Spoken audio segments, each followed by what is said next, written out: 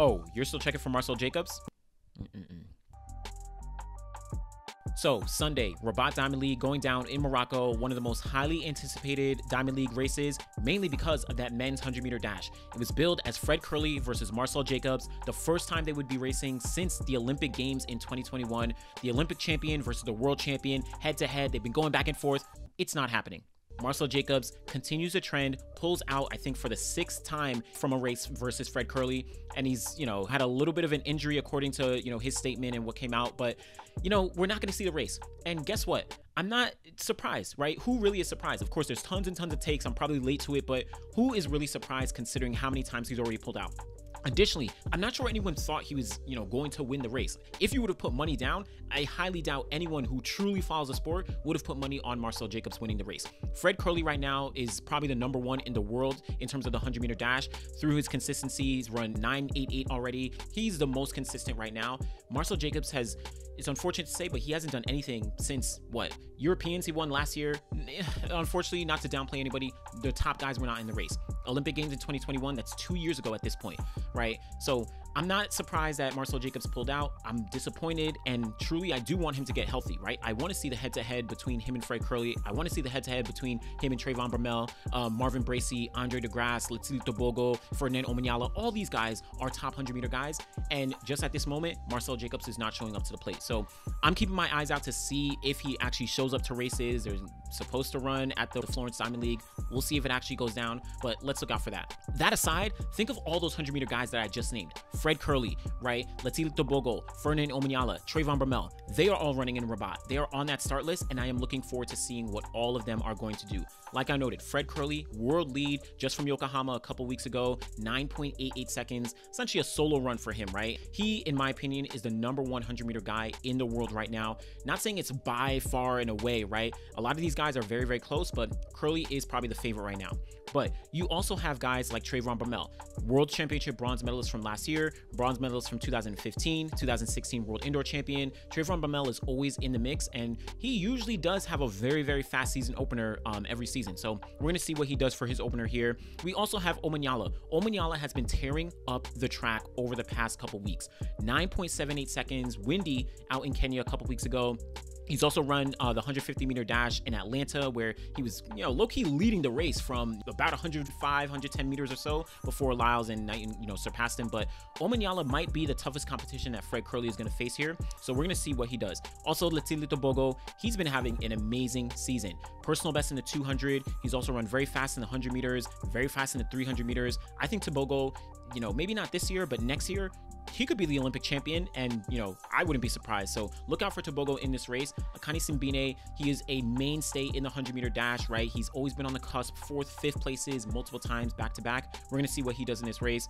This is going to be a very, very high quality 100-meter dash that I am looking out for. Guess what? Marcell Jacobs not in the race. It doesn't even matter. All respect, want to see him get healthy, but we're checking for the guys who are actually running right now. So keep a lookout for the men's 100-meter dash. Next up, the women's 200 meters. Now, of course, everyone's going to look on the start list, and you're going to see Shericka Jackson. You're going to be like, oh, who's going to be her? No one's going to be her. Guess what? I'm not predicting anyone to be her. I think Shericka Jackson is going to run very fast. Now, she opened up her season in Jamaica a couple weeks ago, running almost 22 flat. A couple weeks ago, right, in Doha, I was talking about how she's run 10.8 a couple times already in the season, and that was her fastest 100-meter opener. This bodes very well for what Shericka Jackson is going to be able to do throughout the rest of the season. She has, of course, run 21.45 seconds in the 200, #2 all time. She is very dangerous. 21.3 is very much in the cards. Now, she's not going to get beat, in my opinion, but look who else is in the race. Tamari Davis. If Tamari Davis is not on your radar, you need to open your eyes. She has been dominating the 100 meters and really getting her foot back into the 200 meters as well. We spoke to her in Atlanta, and she said she's going to be dipping her toes more into the 200. This race in Rabat is going to be that entrance here. She's already run 22.31 in the 200 this year, I think, down in Myanmar, and that is one of her fastest times ever. it would not surprise me to see her run close to 22 flat, maybe even sub 22. It would not surprise me considering all the fast times she's been running in the 100. Look out for Tamari Davis and look out for what she's going to do here. Let me not downplay anyone else in this race, right? Kayla White. Stay tuned for a video on Kayla White. I'm going to talk about why she has a very strong potential to make the women's 200-meter team for the United States. She is definitely in the mix. We saw her beat out Shakira Richardson, I think at Botswana a couple weeks ago as well. So Kayla White is very much on the rise. And of course, you have others like Paula Seville, you have Anthony Strahan, right? There's a lot of women who are in this race who are going to be hopefully putting down some amazing performances. But look out for the 3 women that I named: Sharika Jackson, Tamari Davis, Kayla White. Look out for the women's 200. Moving over to the men's 400. Now, this is all about Steven Gardner. Steven Gardner has really had a comeback after having injuries, the past year, had to miss the World Championships, but he came back already running 44.42 seconds out in Bermuda just last week. He looks like he is ready to go for that gold medal once again and reclaim his spot at the top of the podium. Steven Gardner is that 400-meter guy, and I think he's going to take the win here. It's just a matter of time depending on, is he going to break 44 seconds, or is he going to run 44 low? Whatever it is, I think he's going to get the win, but again, don't let me downplay the rest of the guys in this field, right? We're talking about Matthew Hudson-Smith, 3rd place bronze medalist at the World Championships last year. I made a video in the fall talking about how he might be able to break 44 seconds, this year. So definitely keep a lookout for him here. We also have Vernon Norwood. He's been a mainstay in the men's 400 meters for the past couple years, 44.68 already this season. I think that's his 9th best performance of his entire career. So he is definitely in the mix. You also have Bayapo Undori coming from Botswana, right? He has been a really, really strong rising star. I remember at the World Championships last year in the semifinals, he ran super fast from lane 8, ran a personal best just to make it to the final, 44.61 personal best. So he is very much in that mix. So great men's 400 meter field that we have in Rabat. What about that men's 110 meter hurdles? Grant Holloway, Devin Allen, Rashid Broadbell, Hansel Parchment. We're talking about 4 of the best guys in the world in this race. Holloway, number 2 all-time in the hurdles. Devin Allen, number 3 all-time in the hurdles. Hansel Parchment, Olympic champion. Rashid Broadbell, sub 13 seconds. This is a high-quality race, and I love to see it. Now, Grant Holloway, world lead already in 13.03 seconds. I think the time in Atlanta, 13.01, didn't count, unfortunately, but regardless, Grant Holloway is already on a roll. But you cannot sleep on Devin Allen, right? He won at Penn Relays, a very close race with Rafael Pereira, who actually is in this race as well in Rabat. I love to see all the guys going head-to-head.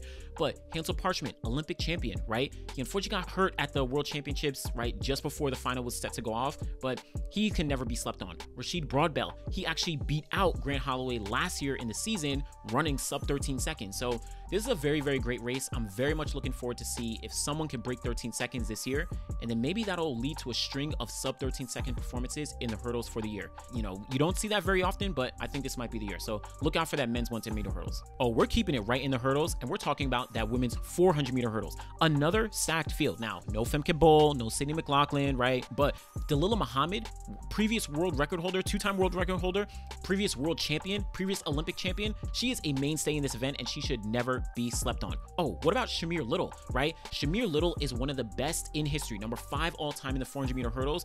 She has been having a very good outdoor season, running multiple 400 meter races. This is going to be her 400 meter hurdle opener, and I think she might take the win here. But you also have a couple Jamaicans, Janine Russell and Rochelle Clayton. Both of these ladies are some of the best in the world when we're talking about the 400 meter hurdles. Now, sure, they haven't run 52 seconds in the hurdles. It doesn't matter, right? We're talking about a race, a competitive race between some of the top ladies in the world, and I'm very much looking forward to seeing if these Jamaicans can upset some of the Americans. Now, you also have to talk about Anna Ryzkova, right, from the Ukraine. She's run 52.96 seconds. I think it was back in 2021 during the Olympic season. So she's someone who also is very much in the mix.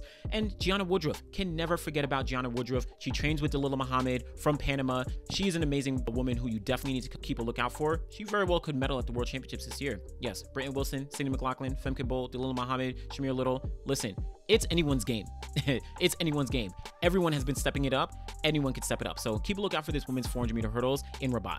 Now, onto the field, the women's triple jump. One of my favorite events in the entire sport. I love the triple jump. But in here, we have a high quality field. This is basically the World Championship field minus one woman, one very important woman. But let's take a look at Tori Franklin, bronze medalist from the World Championships last year. Let's take a look at Shanika Ricketts, silver medalist from the World Championships last year. You also have Marina Beckman-Manchuk. She jumped 15 meters for the first time outdoors last year. And you also have Katora Orji. She has been the leader of the next generation of triple jumpers and really set the stage for, the American women in the triple jump. She's in this field. Faye LaFond, she is in this field. Kimberly Williams, the other Jamaican, she is in this field, right? Povea, she is in the field. Hernandez Perez, she is in the field. This is a stacked women's triple jump. Again, this is the best triple jump field that we've seen this year. Unfortunately, Yulimar Rojas is not here yet.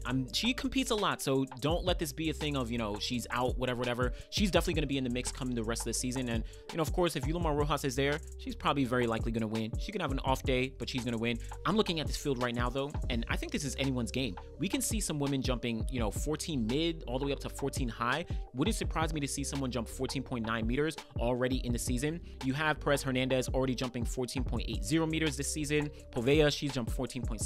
So there's some women who are in the mix and pushing up to that 15-meter boundary. Again, let's see what happens in this women's triple jump in Rabat. So those are just some of the events that are going to be going down on the sprints and hurdle side at the Rabat Diamond League on Sunday in Morocco. Sure, I didn't talk about the distances. I didn't talk about the high jump. Guess what? Go in the comments. Let me know what your favorite event, what your favorite athlete is, what you're looking forward to. Let me know what you think about Marcell Jacobs. Were you surprised that he pulled out? It's kind of disappointing if you were surprised, but regardless, let me know what you think. Be sure to like the video, subscribe to the channel. We'll be back again next time. Thanks for watching.